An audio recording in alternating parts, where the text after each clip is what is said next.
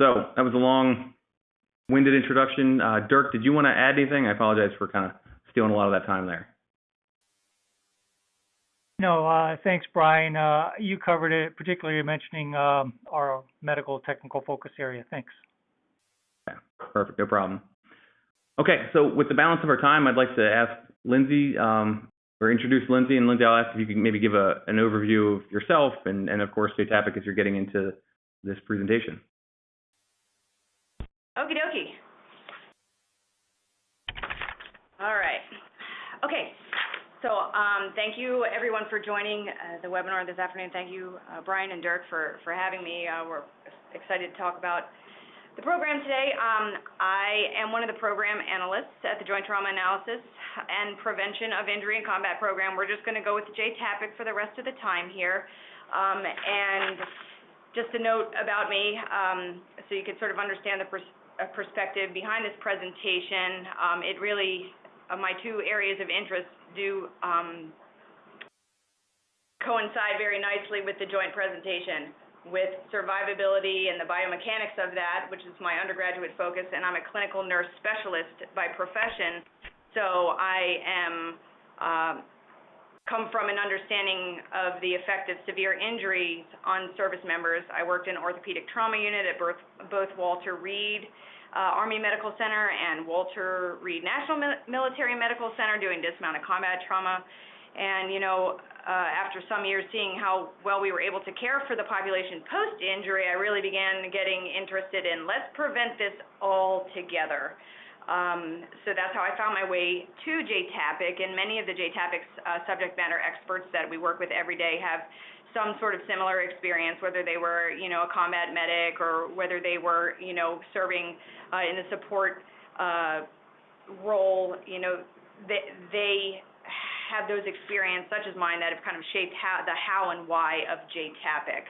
And so, in short, JTAPIC takes traditionally stovepiped information streams, integrates them, and creates operational analysis products for, you know, DoD stakeholders, whether it be a combatant commander, senior leader, a material developer, vehicle designers.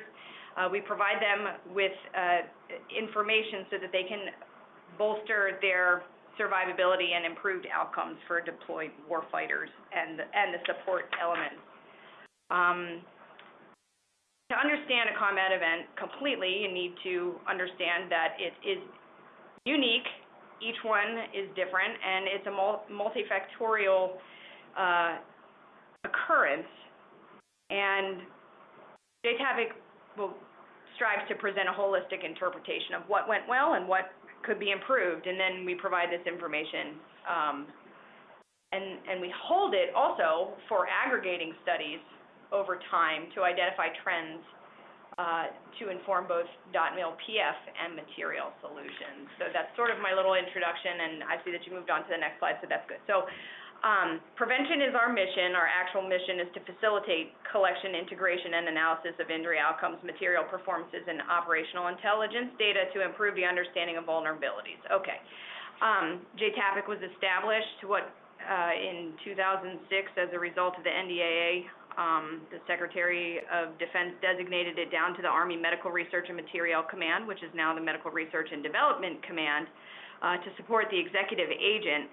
And one of the things that is, if you steal somebody's slide, you assume their typos. So it says DoD Education Activity. It's actually DoD Executive Agent for Blast Injury Research. And we, in accordance with that directive, as part of that EA, we were tasked to develop a joint database to combine the medical, operational intelligence, and material data elements, and then establish these relationships across the disciplines so that we can share the outcomes and represent each community of interest equally while we put an integrated product forward. So we have been named a non-material enduring capability. We have the military command authority exemption, so we can expedite sharing of personally identifiable information and health information. When we say we integrate the data, we identify the casualty we abstract medical records to find out about injuries.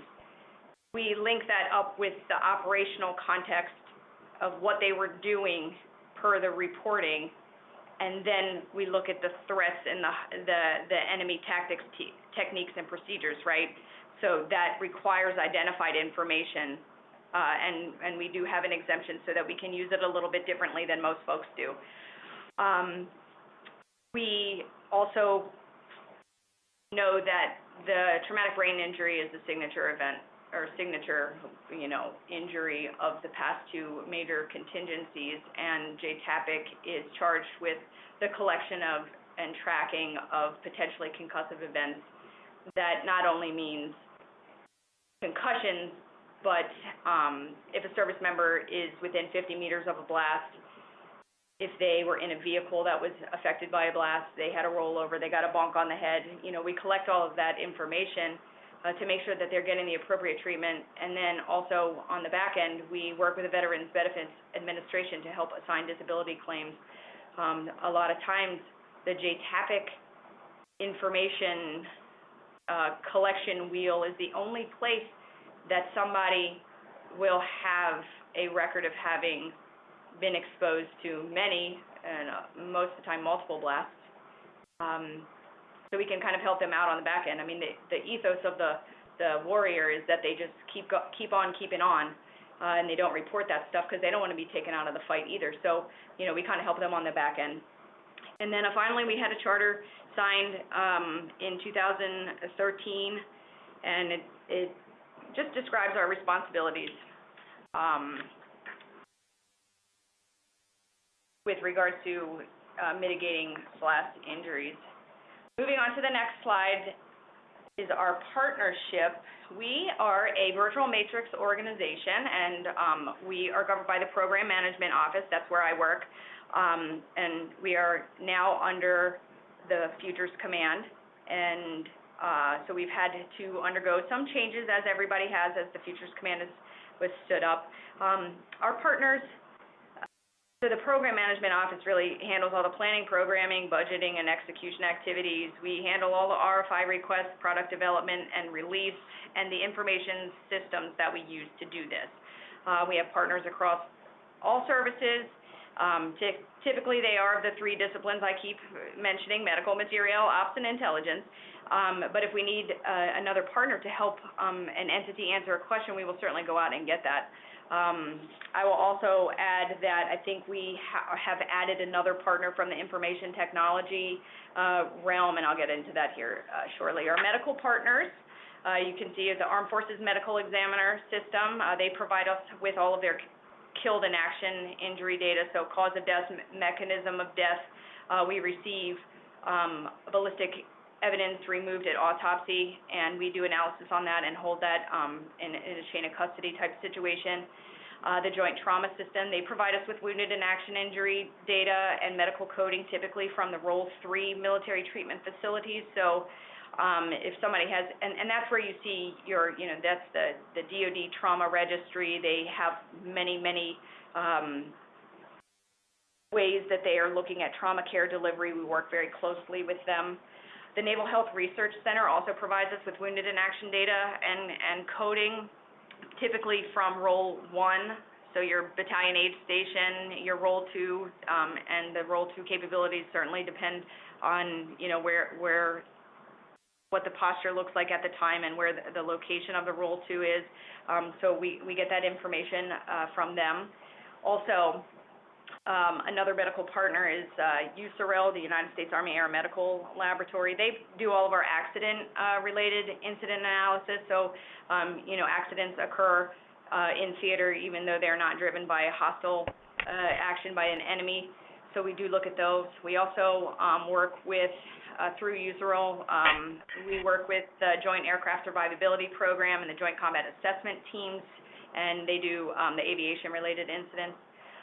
Now, we've all been working through probably some funding decrements as the things are changing around us all the time. So we have the Program Management Office, we have medical cell here as well. And so as as our ability to fund some of our partner efforts decreases, we've taken on a lot of the casualty identification and the traumatic injury coding here, so we do have some redundancy at this time. Our material partners, we use the Program Manager Infantry Combat Equipment from the Marine Corps and PEO Soldier, their individualized equipment group. Now they're called the Program Manager Soldier Survivability, and they collect and analyze any damaged PPE from soldiers killed in action, died of wounds, and occasionally wounded in action, and they run our damaged PPE return program. They keep all of that stuff warehoused down there. We CT scan it, we X-ray it, we try to correlate that with injuries so that we can, let people know how our PPE is doing, and that's those guys down there. Our other material partner who we rely for some pretty heavy lifting is the Combat Capabilities Development Command, the Data Analysis Center. Formerly, the group was ARL, Survivability Lethality Analysis Division, and they collect all of these fragments from our various partners. So they do metallurgical analysis on them. We use mass spectrometry. I can't even say that. They maintain our forensic custody of the fragments in the physical evidence database, which is something that we have available. We think it's a great thing. It may be a little bit underutilized, so we're trying to get that kind of out for people to know about, that we do have fragments from all sorts of combat events that we have analyzed, and the data is available. So the Data Analysis Center, they also do comparative analysis for us between combat data or combat events and live fire tests. So we'll say, hey, this happened in combat, and they try and recreate it, or they have done something in live fire, and we try to see if we can match those things up to see,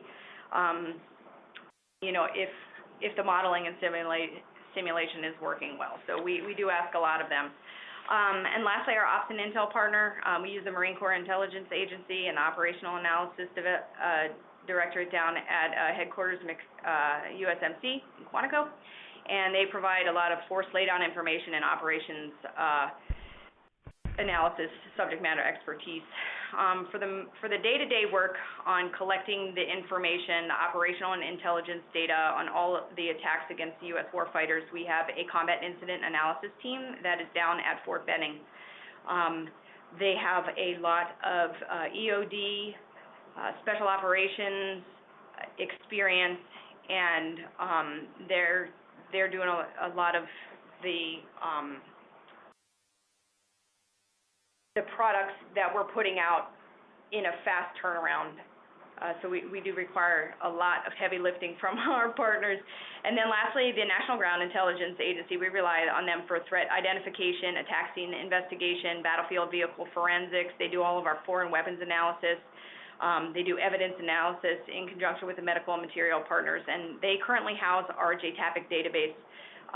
We are not going to be developing that any further. We have a transition plan. Some of the privacy funding related issues that I've mentioned have kind of put us to a point where we're going to have to make some changes. And so I mentioned their information technology partner is the Engineer Research and Development Center.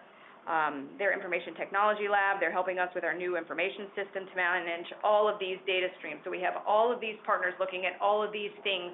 So we have a lot of data, and it's been disparate for a long time. We've gotten close to getting it manageable, but we would like it to be seamless. So that's sort of our partnership at a glance. Next slide, please. All right, a lot to read on here, but primarily what does JTAPIC do? I've pretty well told you about that. We just look at any casualty-causing incident and see what type of information we can pull to help mitigate the next mission, injuries in the next mission, or the next group of missions, or the next contingency. So we have been capturing this information since 2006. And what does it really do?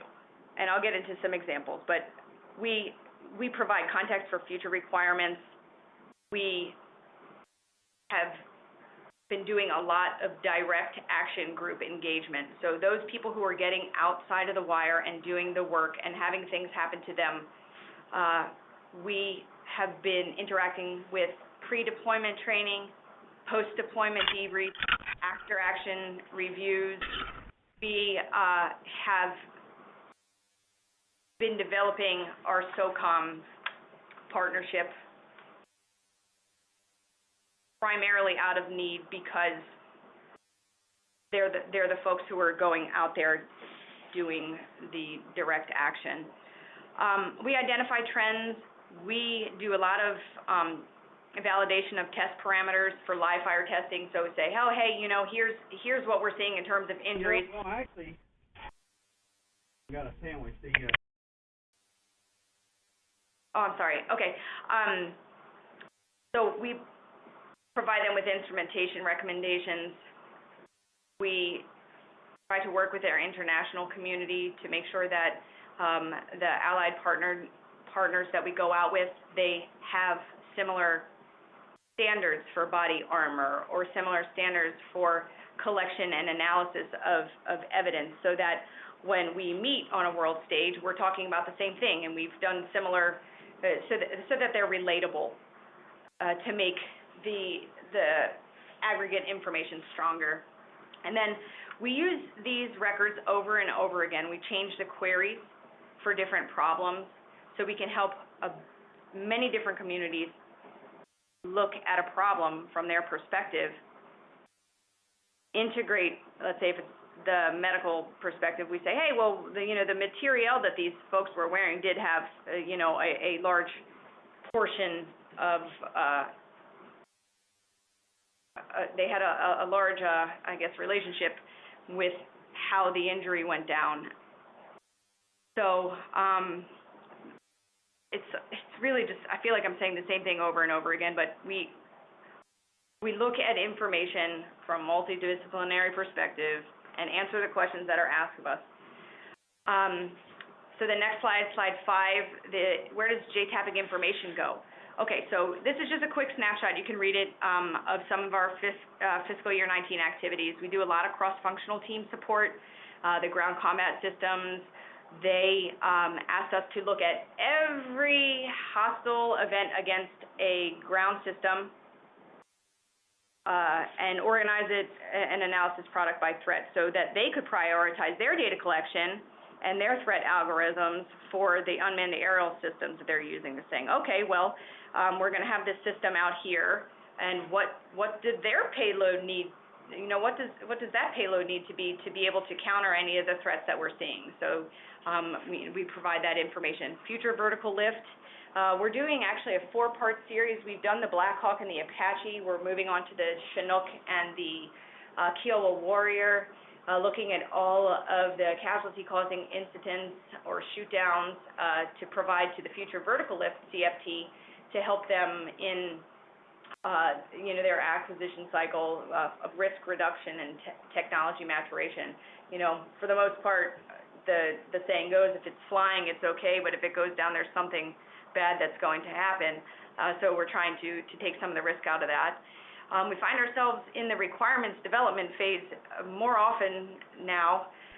When we were doing a geographical proximity analysis for special operations, when special operations casualties occur, and we found that there's this pretty consistent trend that really points to the need for a lethal ground-based sensor. So we put that through the CTTSO, the Combating Terrorism Technical Support Office, got a requirement pretty quickly, and that's out for procurement right now.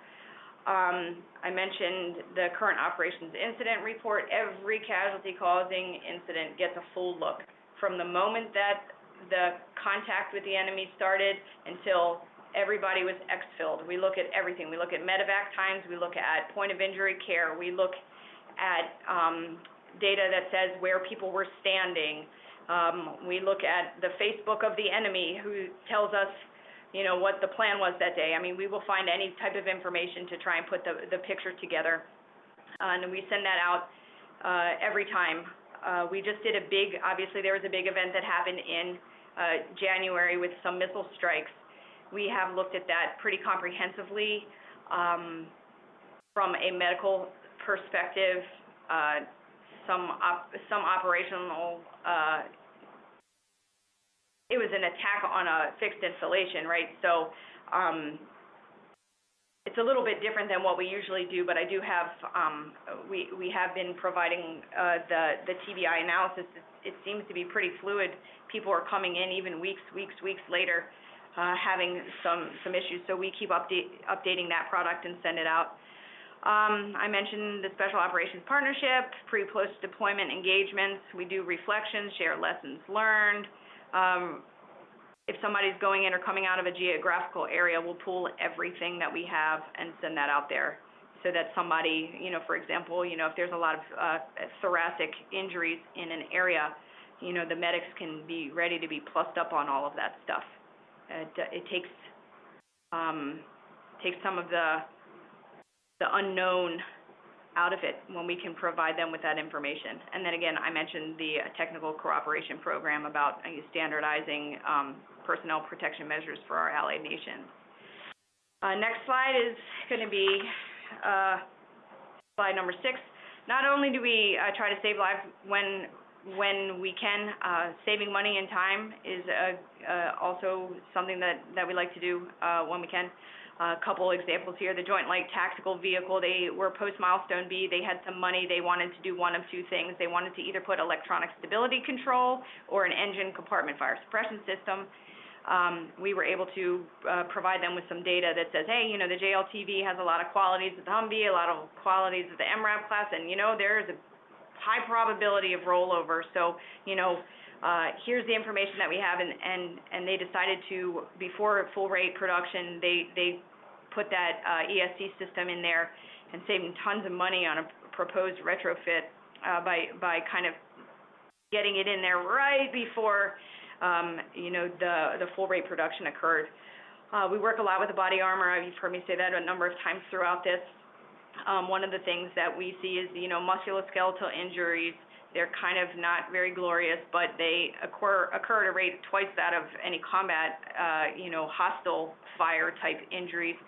And that really tends to wear people down, but obviously we want to decrease the body armor weight, but we can't compromise survivability.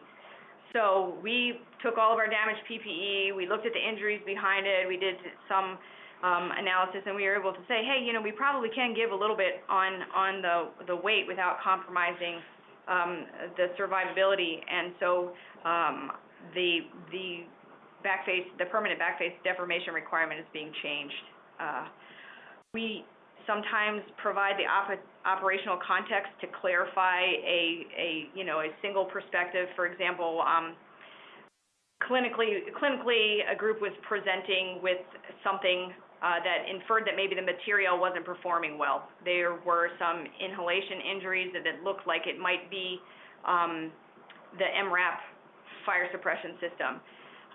The doctors saw a lot of this in a short period of time, but of course when you're a physician or you're a medical provider, you take care of what's in front of you. You don't necessarily know the back end. So we were able to provide the context and sort of slow the roll on, oh my gosh, we need to pull all of these things out of theater and redesign them immediately. So we said, hold on, here's the whole picture. And they said, okay, all right, now we don't really necessarily need to adjust the life cycle modernization schedule. We don't need to do something immediately. We can kind of going rather than investing a whole ton of money for something that really was unnecessary once you looked at the whole picture. And then one of the things we hear a lot about is burns. Burns, when they happen, are horrific. If you look at the burns in the large scale of injuries, they don't happen very often. But we were saying, hey, what is the requirement for flame-resistant garments? So we looked at those who suffered a thermal injury. We organized them by what they were doing and their occupational specialty at the time to really kind of pare down what the actual needs are. So you can see that we are working with the NSRDEC and developing the capability development documents for all of these systems, the fire-resistant ACU, combat shirt, combat pants, and all down through the, jungle uniform efforts that I have listed there. So, obviously we're most interested in prevention or mitigation of injury, but we can save money and time. We like to do that too. All right, slide 7, kind of getting down to the end of it here, so I'll just go really quickly and then we'll just have questions after this. All right, our source data is anything that we can find. We use the Combined Information Data Network Exchange. It's classified safety center data, personnel system data, medical record system data, trauma registry data, Facebook, SOF-specific platforms, anything that we can find that has information about a particular event. Our partners will filter through that data and they will pick out the relevant elements, and then they will put it into what I would say, if you are looking at the slide, the second level, the blue computers. I would consider that to be like our partner level. So that data goes into where our partners' databases at their organization. So the Combat Incident Database, that's at INJIC, the USERL, the Safety Center, the JASPO, the ISR is the Surgical Research Institute. That's where the Trauma Registry is held. The NHRC has the Expeditionary Medical Encounter Database. The AFMES has their KIA database. Then I mentioned the PPE, and then our Physical Evidence Database. So all of that information then eventually gets pulled into the JTAPIC database. Now that's been a manual function for a really long time, and some of the new data sharing limitations that we have with the standing up of the Defense Health Agency have broken some of those arrows. So the data flow has been severely limited.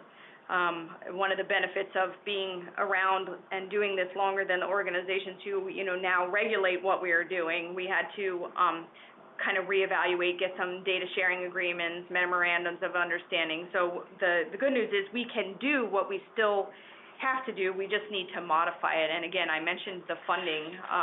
Everybody's taking funding decrements to continue to do the same things. So we're just having to find new ways to do that. Slide number 8, the next slide. So the JTAPIC PMO information systems include those 5 on the left. So the JTAPIC database, which encompasses all of that stuff from the previous slide.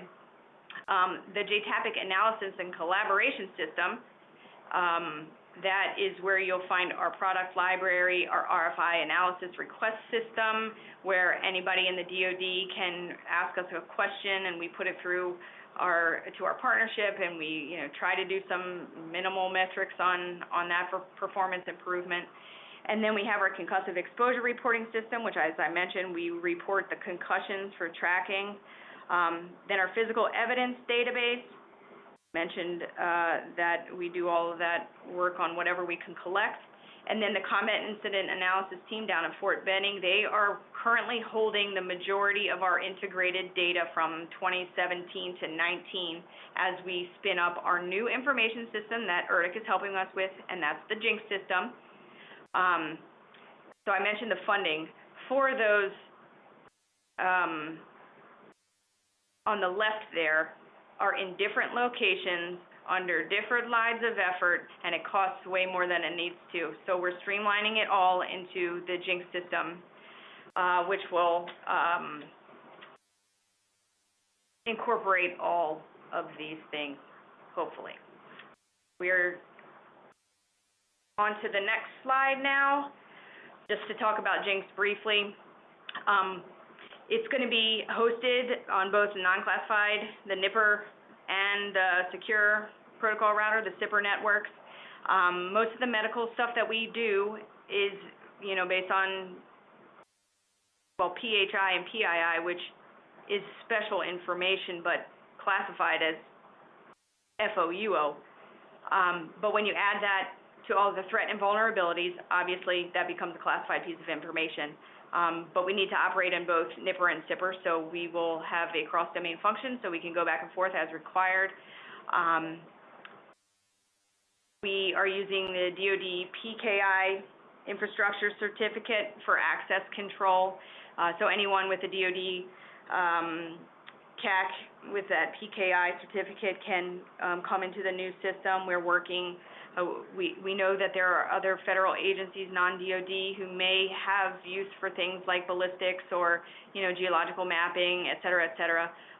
So we're trying to come up with a way that we can make it work for more than just the DoD, but that's in planning. Our RFI module will be in there, so all of our project management, anybody who would like to interact with the JTAPIC would just come in through here. Product library, all of those products that we've done before will be there. The SIPR database, of course, again, everything will be integrated into the records there. And one of the things that we really wanted to do was get these analytical tools together with the data. Sometimes you want to analyze something and you don't have the tool to do it without going out to a whole nother place, and then just to have it all in one spot creates the efficiencies that we're looking for, because we pride ourselves on fast turnaround time for operational analysis so that combatant commanders and vehicle designers have the information that they need so that they can make better survivability determinations. And that's probably, for me personally, what I'm most excited about, is having the tools to do the analysis right next to the data. And then a full metric suite. One of the things that was sort of limited in our previous stuff is we didn't, I know that for me, the critical pathway in any of our projects is getting this disparate data into a usable data set. And I can say that until I'm blue in the face, but I don't have a metric suite that helps me with the numbers. So that's going to be in there. And then slide 10, just the conclusion is, we have a lot of historical information. We collect daily information. We will look at any problem that anybody has. If there's a combat data element that you would really need for maybe what you're doing, but it's not something that we collect, we will go and add that to our fields, and we'll start collecting on it, and then we'll do what we call legacy data, because we're always having people going back and updating and getting the information that we missed. And then providing this as near to real time as we can to help with survivability, and then provide these lessons learned to the next generation of folks who are going to need them. And I mentioned the JTAPIC system, the new one. We're going to finally get all of this information and analytical tools next to each other so that our analysts and any person who wants to come in and has a good justification for using our data can come in and analyze it and come out with what they need to answer their questions.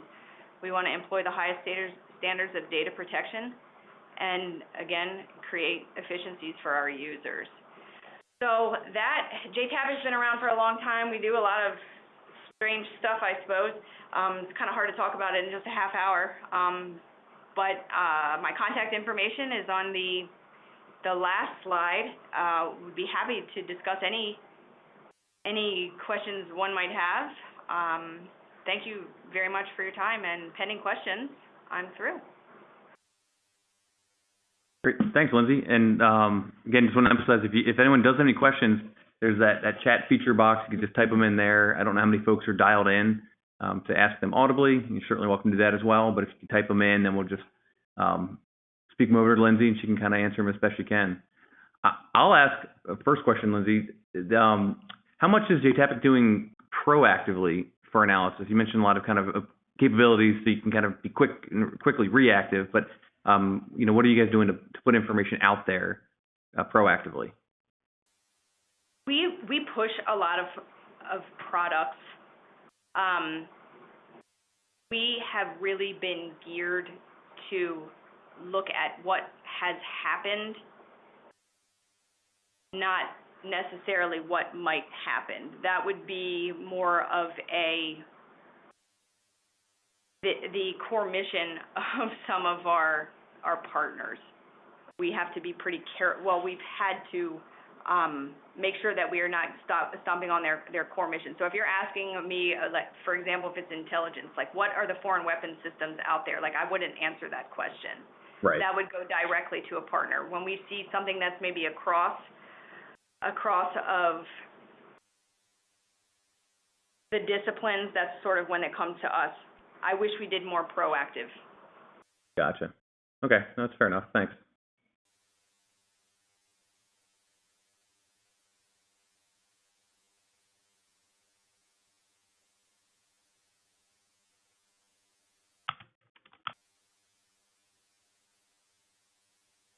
If anybody else has any other questions, again, the chat box there for, we'll kind of sit tight for just a minute or so, see how, get any other questions coming in. I'm not sure if you can see the question there, Lindsay, but do you publish any of your findings to a wider DoD audience?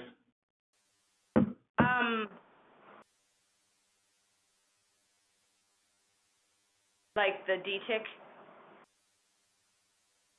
Yeah, I suppose, yeah, that would be one way.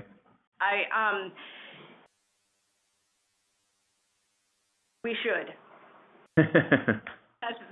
We have our library. A good number of our products are, the majority of our products are classified secret. Sure. So what I think we need to do is maybe put the awareness of JTAPIC out there more. You know, that need to know thing gets to be kind of pesky. So right. If we want to, you know, there's some information that we can put out there, but the majority of it is really not for the wider DoD audience. Sure. That makes sense? Now, are they available though? Some of the products, if anyone can log into the Jinx system Sure. with their DoD PKI. Okay, so it's kind of searchable or reviewable that way. Right. So you can. And we are maintaining our old system. So that top address that's up there, the jtapic.amed.army.mil. You can go there, and our product library is available. You can search by abstracts. Okay. And we just, if you see one that you like, you know, you click on it to download, and it's going to ask for a justification. Right. So we're pretty, you know, all of these things have distribution statements on it and what you can and what you cannot do. So we're pretty liberal with how we do disseminate information. Okay. I don't think we've ever said no. How about that?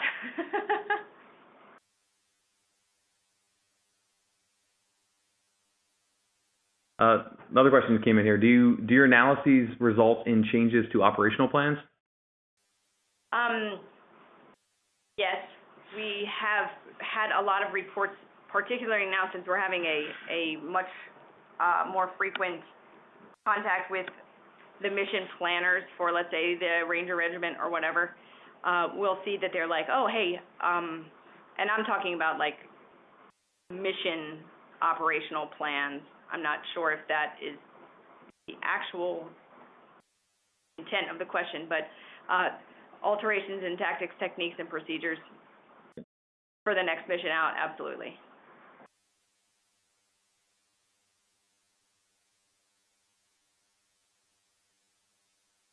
And you might have answered this already, Lindsay, but are you guys looking at injuries just from incidents like accidents or attacks, or you mentioned kind of skeletal injuries, you know, muscular injuries from just maybe, you know, the heavy body armor? Do you guys still look at those kind of injuries as well? So that is typically done through the Armed Forces Health Surveillance branch. That's who has traditionally done the musculoskeletal injuries, but we come across them all the time, and we pull them down. And we're getting to the point where we're looking at not just the combat injuries. We have them cataloged, but I haven't necessarily gone in and coded them for ankle sprain or lumbar strain or something like that. Okay. So we have the capability to do that, and we have the data sort of sitting there, but primarily the AFHSB has been doing the musculoskeletal stuff, so we haven't really tapped into their lane to do that. Okay. Well, thank you.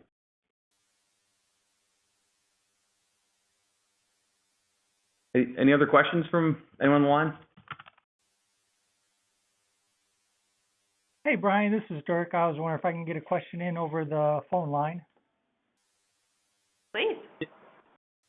Thank you, Lindsay. I really enjoyed listening to the presentation. Was able to follow it, I think, pretty well without slides. Would do the IT problems on my end. But So I was wondering about, the casualty causing incidents, and how you're looking to collect data from those events. And so I'm wondering, how recent does an event have to be that you're able to start collecting data, start going after material or information? Because the one that comes to mind for me right now is last month's, Iranian missile attack on our air base in Iraq. Mm-hmm. And, recently we're hearing in the news about the traumatic brain injuries that the service members suffered. So is that too recent for you to be able to start collecting data and trying to get, useful information out to combatant commanders and stuff? Or is that actually the exact kind of stuff you're going after? That's exactly what we go after. So that's one that we got sort of we started the day afterwards, and we're still getting different. I updated our analysis yesterday. It changes from the initial event to even a month out for this particular one. We're still updating it, but yeah, I have a full TBI medical analysis on that. It's unclassified. Are you interested in me sending it to you? Certainly am. Thanks. Yeah. I'll send it to you, but yeah, we get a daily casualty report. If the event happens and it's reported in intelligence sources and it's during business hours reasonably, we get started on it right away. So nothing is really too recent, unless it's the weekend. Yeah. Great. Thanks a lot. Yeah, I'll make sure you have my email address. Thank you. Yeah, I'm excited to send this out. It's a unique event in the grand scheme of things over the past couple contingencies. Yeah, and then Lindsay, how many RFIs or requests do you get from folks in the community on a kind of what's the rate of that? Maybe in terms of a month or. In terms of a month, full-fledged RFIs, we used to really have most of our resources tied up on 1 or 2 RFIs at a time before. Now we're finding that we're having more quick turn RFIs, which is just a couple questions here and there. I think we've done about 192 over the past 2 years, 3 years. Okay. So a handful. 192 full-out analysis, but we answer questions all the time. A lot of times we're answering simple things like frequencies. Mm-hmm. How many MRAPs were hit with something? Because somebody wants to put that in a paper or something like that. We tend to support research in its infancy. Mm-hmm. To help maybe an idea get over that what is that called? The gap between S&T and R&D. Valley of Death. The Valley of Death, yes. So does this combat problem happen to one person or 100,000 people? Like we'll find ourselves answering questions like that all the time. Got it. Okay, thanks. Lindsay, one more question from here. Who is your audience for these questions? Are they researchers or are they operational guys, policy people? We help policy occasionally. The questions that we get primarily are from material developers.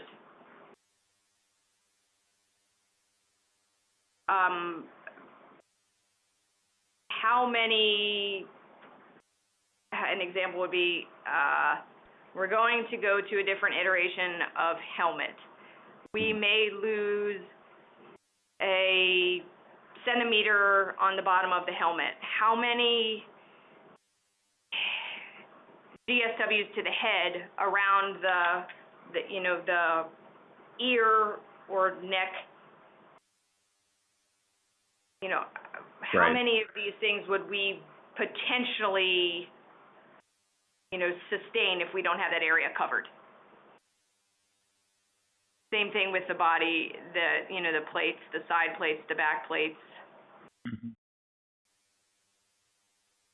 Okay, thank you.